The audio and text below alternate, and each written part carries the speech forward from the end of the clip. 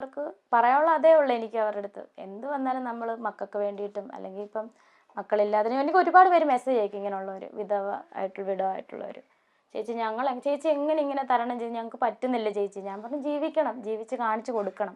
ചിലവരൊക്കെ പറഞ്ഞു ശരിയാ. ചിലവരെന്നെ ഇങ്ങോട്ട് പറയും. അതിന് മുന്നേ ഒക്കെ ഒരുപാട് ഇച്ചിരി ഏജുള്ള ചേച്ചിമാരൊക്കെ എൻ്റെ അടുത്ത് മോളെ ഇങ്ങനെ തന്നെ മുന്നോട്ട് നമ്മുടെ കൂടെ അവരുണ്ട് ഇങ്ങനെയുള്ളവരെ എന്നെ ഒരുപാട് പേര് ഇങ്ങനെ മെസ്സേജ് അയക്കും ചേച്ചിയുടെ ഒരു റിപ്ലൈ കിട്ടാൻ വേണ്ടിയിട്ടാന്നൊക്കെ പറഞ്ഞ് ഇൻസ്റ്റാഗ്രാമിലാണെങ്കിലും. അപ്പോൾ എനിക്ക് അവരുടെ അടുത്ത് ഇതൊക്കെ പറഞ്ഞു കൊടുക്കുമ്പോൾ അവരെ ധൈര്യപ്പെടുത്തി. ചിലർ ആത്മഹത്യ ചെയ്യാൻ തോന്നുന്നൊക്കെ പറഞ്ഞേക്കും. ഞാൻ പറഞ്ഞു അങ്ങനെയൊന്നും ചെയ്യരുത് ഒരിക്കലും. തല പോയ കേസ് വന്നാൽ നമ്മൾ ആത്മഹത്യ ചെയ്യരുതെന്ന് ഞാൻ അവരോട് പറയും. നമ്മൾ ജീവിച്ച് കാണിക്കണം. നമ്മൾ ക്രിസ്ത്യൻ രീതിയെ വിശ്വസിക്കുന്ന നമ്മളെ കർത്താവ് വിളിക്കുന്ന സമയം വരെ നമ്മൾ എന്തായാലും ഫൈറ്റ് ചെയ്ത് ജീവിക്കണം. രേണു വളരെ ബോൾഡാണ്, അതുകൊണ്ടാണ് രേണുവിന് അത് ഫേസ് ചെയ്യാൻ പറ്റുന്നത്. ആ ഒരു സപ്പോർട്ടിങ് സിസ്റ്റം കൂടി ഉള്ളപ്പോൾ രേണു എന്നുള്ള വ്യക്തി അതായതുകൊണ്ട് രേണുവിന് അത് തരണം ചെയ്യാൻ പറ്റുന്നുണ്ട്. ഇപ്പൊ രേണു തൊട്ടു മുന്നേ പറഞ്ഞു രേണുവിന് ആ മരിച്ചു കിടക്കുന്ന സുധിയുടെ ആ ഒരു മുഖം ഉറങ്ങിക്കിടക്കുന്നതായിട്ടാ തോന്നുന്നത്. അത് ഇന്നും മനസ്സിലുണ്ട്, ഒരിക്കലും നമ്മൾ ആരും അത് മറക്കില്ല. പക്ഷെ എന്നാലും സുധി എന്നുള്ള വാക്ക് കേൾക്കുമ്പോഴോ അല്ലെങ്കിൽ ആ സുധി എന്നുള്ളൊരു വാക്ക് മനസ്സിലേക്ക് വരുമ്പോഴോ ആ മുഖമാണോ അതോ ഇങ്ങനെ ഈ ചിരിച്ച മുഖമാണോ, വാവക്കുട്ടിയെന്ന് പറഞ്ഞ് വിളിക്കുന്ന ആ മുഖമാണോ വിളിക്കുന്നതാണ്? അതാണ് എപ്പോഴും ആ ഒരു ചിരി, എപ്പോഴും ചിരി. ഇപ്പം ഞാൻ എന്തെങ്കിലും ഫുഡ് കഴിക്കുന്ന കാര്യത്തിനാണ് എന്നെ ശരിക്കും വഴക്ക് പറയുന്നത്. ഞാൻ കഴിക്കുന്ന കുറവായതുകൊണ്ട് എൻ്റെ അടുത്ത് വഴക്ക് പറയും. അതല്ലാണ്ട് ആള് ദേഷ്യപ്പെട്ട് ഞാൻ ഇന്നുവരെ കണ്ടിട്ടില്ല. ദേഷ്യപ്പെട്ട് നമ്മുടെ ചെറിയ ചെറിയ വഴക്കും കാര്യങ്ങളും ഭാര്യ ഭർത്താവെന്നുള്ള അത് 5 മിനിറ്റ് പോലും നീണ്ടു നിൽക്കത്തില്ല. അന്നേരം മിണ്ടും, വന്ന് ഇങ്ങോട്ട് വന്ന് മിണ്ടും, ആവട്ടെ മിണ്ടാവട്ടെ എന്ന് പറഞ്ഞ് ഇങ്ങോട്ട് വന്ന് മിണ്ടും. പെട്ടെന്ന് പിണക്കം മാറ്റുന്ന ഒരാളായിരുന്നു. അത് തന്നെ. എനിക്ക് ഈ റീൽ വീഡിയോ ഒരു മോശവുമായി തോന്നിയിട്ടില്ല. ഇതിൽ ഞാൻ കംഫർട്ടാണ്, അതുകൊണ്ട് ചെയ്തു. ഇനിയും മുമ്പോട്ട് ഇത്തരം വേഷങ്ങൾ വന്നാൽ ചെയ്യും. എനിക്കും ആഹാരം കഴിക്കണം. എനിക്ക് ആര് ചിലവിന് തരും? അഭിനയം എന്റെ ജോലിയാണ്. അന്നൊന്നും ആർക്കും അവസരം തരാൻ തോന്നിയില്ല. ഞാൻ കുട്ടിക്കാലം മുതലേ ഡാൻസ് അഭിനയവും ഒക്കെ ഉണ്ടായിരുന്നു. സുധേട്ടൻ വന്നപ്പോൾ ആ പിന്തുണ മുഴുവൻ ഏട്ടന് കൊടുത്തു. ഇപ്പോൾ എനിക്ക് ജീവിക്കണം, അതുകൊണ്ട് അഭിനയം തൊഴിലാക്കി. ഞാൻ വേറൊരുത്തനെയും കെട്ടാൻ പോയിട്ടില്ല. സുധിച്ചേട്ടന്റെ ഓർമ്മയിൽ ജീവിക്കുകയാണ്. നിങ്ങൾ പറഞ്ഞാൽ അതൊന്നും എന്നെ ബാധിക്കില്ല. വേറൊരാളെ വിവാഹം ചെയ്യാൻ പറയുന്നവരോട് എനിക്ക് സൗകര്യമില്ല വിവാഹം കഴിക്കാൻ. ഇനിയും നിങ്ങൾ വിമർശിക്കുന്ന ഇതുപോലുള്ള പ്രഹസനം കാണിക്കും. ആവശ്യമുള്ളവർ കണ്ടാൽ മതി. നമ്മൾക്ക് ജീവിക്കാൻ വേണ്ടി ആർട്ടിസ്റ്റ് ആയവരാണ്. നല്ലത് പറഞ്ഞില്ലേലും പബ്ലിക്കായി തെറി വിളിക്കാതെ ഇരിക്കുക, അത്രയുള്ളൂ. ഉറക്കമുളച്ച് നാടകം ചെയ്യുന്നത് എന്റെ കുടുംബം നോക്കാനാണ്, അല്ലാതെ ഞാൻ വേറൊരുത്തന്റെ കൂടെ പിള്ളേരെ ഇട്ടിട്ട് പോയോ? ഇല്ലല്ലോ. കാണുന്ന എല്ലാ നെഗറ്റീവ് കമന്റുകൾക്കും രേണു മറുപടി തരും. പേടിച്ചിരിക്കാൻ ഇവരുടെ ഒന്നും വീട്ടിൽ കയറി രേണു ഒന്നും മോഷ്ടിച്ചിട്ടില്ല. സുധിച്ചേട്ടൻ ഉണ്ടായിരുന്നപ്പോഴും അദ്ദേഹത്തിനൊപ്പം വെബ് സീരീസിൽ അഭിനയിച്ചിട്ടുണ്ട്. അതാരും കണ്ടില്ലേ? ഒരു നെഗറ്റീവ് കമന്റും ഞാൻ നീക്കം ചെയ്യുന്നില്ല. എന്റെ ശരി തന്നെയാണ് ഞാൻ ചെയ്യുന്നത്. സുധിച്ചേട്ടൻ വീഡിയോ കാണുന്നുണ്ട്. അദ്ദേഹം ഭയങ്കര സന്തോഷവാനാകും. ഒരു സിനിമ ഇപ്പോൾ ചെയ്തു കഴിഞ്ഞു. സിനിമയിൽ അഭിനയിക്കണമെന്നാണ് തന്റെ ആഗ്രഹമെന്നും രേണു പറയുന്നു. 4:30 ആയപ്പോൾ കുഞ്ഞ് കരയുന്നുണ്ട്. 4:30 ആയപ്പോഴേ അപകടം.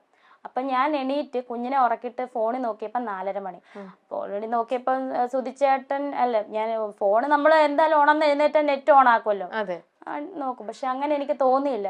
സുധിച്ചേട്ടനെ വിളിക്കാൻ ഞാൻ 1-2 പ്രാവശ്യം നോക്കിയതാ. ചിന്ത വന്നപ്പോൾ ഞാൻ ഓർത്ത് ഉറങ്ങുമായിരിക്കും, ഉറങ്ങി വരട്ടെ. കാരണം ഇവിടെ വന്നു കഴിഞ്ഞാൽ കുഞ്ഞും ഉറക്കത്തില്ല, ഞങ്ങൾ ആരും ഉറക്കത്തില്ല. എപ്പോഴും ഇങ്ങനെ അടുക്കള പാചകവും വർത്താനവും ഒക്കെ ആയിട്ട് പുള്ളി ഇങ്ങനെ നിൽക്കത്തേ ഉള്ളൂ. അല്ലെങ്കിൽ കടയപ്പോക്കൊക്കെ തന്നെത്താനെയാ, സ്വന്തമായിട്ടല്ല. ഇവിടുന്ന് കവലയിലൊക്കെ പോവുകയും കവല വരെ നടന്നു പോവും, ചിലപ്പം സാധനം മേടിച്ചോണ്ട് വരും. ഇതൊക്കെ ആളുടെ ഒരു ഹോബി. അപ്പം ഞാൻ ഓർത്ത് എന്നാൽ ഉറങ്ങിക്കോട്ടെ എന്ന് പറഞ്ഞു. അപ്പോൾ ഈ സംഭവം നടക്കുവാ 4:30 ആയപ്പം. ഞാനന്ന് നെറ്റ് ഓൺ ആക്കിയില്ല, ഞാൻ കിടന്നുറങ്ങി. രാവിലെ ഇങ്ങനെ കോളുകൾ വന്നുകൊണ്ടിരിക്കുക. അപ്പോൾ 6-6:30-7 മണിയായി ഞാൻ എണീറ്റപ്പം. കോള് വന്നുകൊണ്ടിരിക്കുന്നു. താമസിച്ച് കിടന്നുകൊണ്ട് ഉറങ്ങിപ്പോയി. അപ്പം ഒരു കോൾ എടുത്തപ്പോഴത്തേന് സുധിച്ചേട്ടൻ്റെ ചേട്ടൻ്റെ വൈഫ്. അപ്പോൾ ഇവർ സംഭവം അറിഞ്ഞു, എല്ലാവരും അറിഞ്ഞിട്ട് ഈ മിറ്റം മുഴുവൻ ഈ വഴി മുഴുവൻ ആൾക്കാരാണ്. ഞാനിത് അറിയുന്നില്ല. അപ്പോൾ മൂത്ത മോൻ ഇവിടെയാണ് കിടക്കുന്നത്, ഞങ്ങൾ അകത്തെ റൂമിൽ. എൻ്റെ ഒരു അനീത്തിയുണ്ട്. പപ്പയും അമ്മയും ഹോസ്പിറ്റലിലായിരുന്നു. പപ്പായ്ക്ക് ഒരു ഓപ്പറേഷനായിട്ട് ഹോസ്പിറ്റലിലായിരുന്നു. അപ്പം ഞാൻ ചേട്ടത്തിയോട് ചോദിച്ചു, എന്നെ അടുത്ത് ഈ വെളുപ്പിനെ വിളിച്ചു സുധി എന്ത് ചെയ്യണമെന്ന് ചോദിച്ചാൽ, അപ്പോൾ ചേട്ടൻ വടകര പോയതാണല്ലോ. എന്നെ അടുത്ത് വന്നില്ല, ഇപ്പം വന്ന് കാണും. ഇനിയിപ്പോൾ ഉറക്കമായിരിക്കും, വല്ലോ സ്റ്റാൻഡിൽ വല്ലോ ഇരുന്നിട്ടേ വിളിച്ചു നോക്കട്ടെ എന്ന്. അപ്പം എഴുന്നേറ്റ് 5 മണിയായപ്പം രേണു വിളിച്ചു നോക്കിയില്ലേ? 5 മണിയായപ്പോഴല്ല ഞാൻ എഴുന്നേറ്റ്, 6-6:30 ആയപ്പോഴാണ് എഴുന്നേറ്റ്. 4:30 ആയപ്പോൾ വിളിക്കാൻ തോന്നിയില്ല എനിക്ക്, എന്തോ എനിക്ക് തോന്നിയില്ല. 5 മണിക്ക് നിങ്ങളുടെ അടുത്ത് പിക്ക് ചെയ്യാൻ വരണം എന്നല്ലേ പറഞ്ഞു. അപ്പൊ ഉറങ്ങിപ്പോയി. ഉറങ്ങി 6-6:30-7 ആയപ്പോഴാണ് ഞാൻ എഴുന്നേറ്റ്. ഉടനെ വിളിച്ച സൂചിച്ചേട്ടനെയാ. 5 പ്രാവശ്യം വിളിച്ച്. അപ്പൊ 5 പ്രാവശ്യം വിളിച്ചിട്ടും ബെല്ലടിക്കുന്നുണ്ട്. ബെല്ലുണ്ട്. പക്ഷെ ആ ഫോൺ ഇതുവരെ നന്നാക്കാൻ പറ്റിയിട്ടില്ല. ഞാൻ കൊടുത്തു നോക്കി കടയിൽ, അതുപോലെ അത് തകർന്നു പോയി. പക്ഷെ ബെല്ലടിക്കുന്നുണ്ടായിരുന്നു. അപ്പം എനിക്കൊന്ന് ഡിസ്പ്ലേ പോയി കാണും, ബെല്ലടിക്കുന്നുണ്ട്, പക്ഷെ എടുക്കുന്നില്ല ആരും. അപ്പൊ എനിക്ക് ഡൗട്ടൊന്നും അടിച്ചില്ല. നമുക്ക് അങ്ങനെ തോന്നും, നമ്മുടെ ആള് മരിച്ചു പോകും, നമ്മൾ ഓർക്കുമോ, ഇനി എന്തുവാ ഇത് സംഭവം എന്ന് പറഞ്ഞപ്പോഴാണ് ഇങ്ങനെ കോള് വരുന്നത്. അപ്പം ഞാൻ എഴുന്നേറ്റ് ഇവിടെ വന്ന് തിണ്ണേ വന്നോണ്ട് വേറൊരു കോള്, ചേച്ചി വാർത്തക്കകത്ത് ശരി. അപ്പം എൻ്റെ വിചാരം പണ്ട് നമ്മുടെ കൊറോണ ടൈമിൽ ഒരു ഫേസ്ബുക്കിൽ ഒരു ഇഷ്യൂ വന്നായിരുന്നു സുചേട്ടന്. ഒരു സാമ്പത്തികമായിട്ടുള്ള കടത്തിന്റെ പ്രശ്നമൊക്കെ വന്നായിരുന്നു ആ കൊറോണ ടൈമിൽ. ഇനി അത് വല്ലതും ആണോ വാർത്തക്കകത്തെന്ന് ഞാൻ ചോദിക്കുക.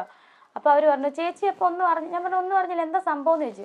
അവരന്നേരം കട്ട് ചെയ്ത് 2-3 കോൾ ഇങ്ങനെ വന്നിട്ട് കട്ട് ചെയ്തപ്പോൾ എനിക്ക് എന്തോ ഡൗട്ട് അടിച്ച്. ടി വിയിലെ വാർത്ത എന്ന് പറയുമ്പോൾ ഞാൻ എന്നിട്ട് ടി വി വെച്ചില്ല. ഞാൻ കിച്ചുവിനോട് പറഞ്ഞേടാ നീ എന്ന്. അപ്പോൾ അവൻ ഉറക്കത്തില്ല, നല്ല ഉറക്കത്തില്ല. വെളുപ്പിനെ അങ്ങോട്ട് കൂട്ടുകാരുടെ അടുത്ത് പോയിട്ട് അങ്ങോട്ട് വന്ന് കിടന്ന് എവിടെയോ എന്തോ ആവശ്യത്തിന് പോയതാ, കല്യാണ പാർട്ടി എന്തോ. അപ്പം ഞാൻ പറഞ്ഞു കിച്ചു ഒന്ന് എണീക്കടാ, നമ്മുടെ അച്ഛൻ എന്തോ പറ്റിയിട്ടുണ്ട്, നീ ഒന്ന് വിളിച്ച് നോക്കാൻ പറഞ്ഞവൻ ദേ ഉറക്കത്തിൽ വിളിച്ചതല്ലേ, ഈ അമ്മയുടെ കാര്യം അച്ഛൻ എന്നാ പറ്റാനാ എന്ന് പറഞ്ഞ് ഇങ്ങനെ എഴുന്നേറ്റ് ഇവൻ കോൾ എടുത്തോണ്ട് ഫോൺ എടുത്തോണ്ട് അകത്തോട്ടങ്ങാണ്ട് കയറി. ഞാനിത് കഥവ് തുറന്ന് വെളിയിൽ ഇറങ്ങിയപ്പോൾ അവിടെ തൊട്ട് ഇവിടെ വരെ ആൾക്കാർ എല്ലാവരും ഇങ്ങോട്ട് നോക്കി നിൽക്കും. എത്ര മണിയായിട്ടുണ്ടാവും? 6-6:30 7 മണിയായി, എന്തായാലും 7 മണിയായി. അപ്പോഴും നിങ്ങൾ ടി വി ഒന്നും ഇട്ടിട്ടില്ല, ഒന്നും അറിഞ്ഞിട്ടില്ല? പപ്പായമ്മ ഇവിടെ ഇല്ലാത്തതുകൊണ്ട് അല്ലെ ഇവര് വെളുപ്പിനെ വാർത്ത വെക്കുന്ന 24. ഇവരിവിടെ ഇല്ലല്ലോ, വേറെ ആരും വിളിച്ചിട്ടുമില്ല. വിളിച്ചോണ്ടിരിക്കുന്നുണ്ട്, നമ്മൾ അറിയുന്നില്ല. ഞാൻ മിസ് കോൾ ഇങ്ങനെ വന്നിട്ടുണ്ടെങ്കിൽ തന്നെ സംഭവം നമുക്ക് അറിയത്തില്ല. അപ്പൊ ഒരു കോളും എടുത്തിട്ടുമില്ല? 2-3 കോൾ എടുത്ത്. ചേടത്തി ഞാൻ പറഞ്ഞില്ല, ചേടത്തി വിളിച്ച കോൾ എടുത്ത്. അവരാരും ഒന്നും പറഞ്ഞിട്ടുമില്ല. അവർക്ക് മനസ്സിലായി ഞാൻ അറിഞ്ഞിട്ടില്ലെന്ന്. വെളിയിൽ ഇറങ്ങിയപ്പോ ആൾക്കാർ. അപ്പൊ ഞാനിങ്ങനെ നിൽക്കുക, എന്തോ സംഭവം എന്ന് ചോദിക്കുന്നില്ല. അപ്പം ചോദിക്കുവാ ഞാനിങ്ങനെ. അപ്പം ഇപ്പുറത്തും ഒരു അമ്മച്ചി ഓടി വന്നില്ല, രേണു ഒരു ചെറിയൊരു അപകടം പറ്റി സുധിയൊക്കെ വന്നപ്പോഴേ. വിനുവടിമാരിയൊക്കെ ഉണ്ടായിരുന്നു, മഹേഷും ഒക്കെ ഉണ്ടായിരുന്നു. ചെറിയൊരു അപകടം, സുധീർ എന്തോ കയ്യോ കാലോ കണ്ട്. അപ്പം എനിക്ക് കയ്യോ കാലോ ഓടിഞ്ഞാൽ ഇങ്ങനെ ആൾ വരുമോ? അപ്പം ഞാൻ ഇവരോടെല്ലാം ചോദിക്കുന്നത് സുചേട്ടൻ എന്തായാലും സുചേട്ടൻ ഉണ്ടോ ഇല്ലയോ അത് മാത്രം പറഞ്ഞാൽ മതി. കാരണം എനിക്ക് സുചേട്ടൻ ഇല്ലാണ്ട് പറ്റത്തില്ല, ചിന്തിക്കാനേ പറ്റുന്നില്ല. പുള്ളിയോട് സംസാരിക്കാണ്ട്, അല്ലാതെ 5 വർഷമായിട്ട് അങ്ങനെയായിരുന്നു ഞങ്ങൾ.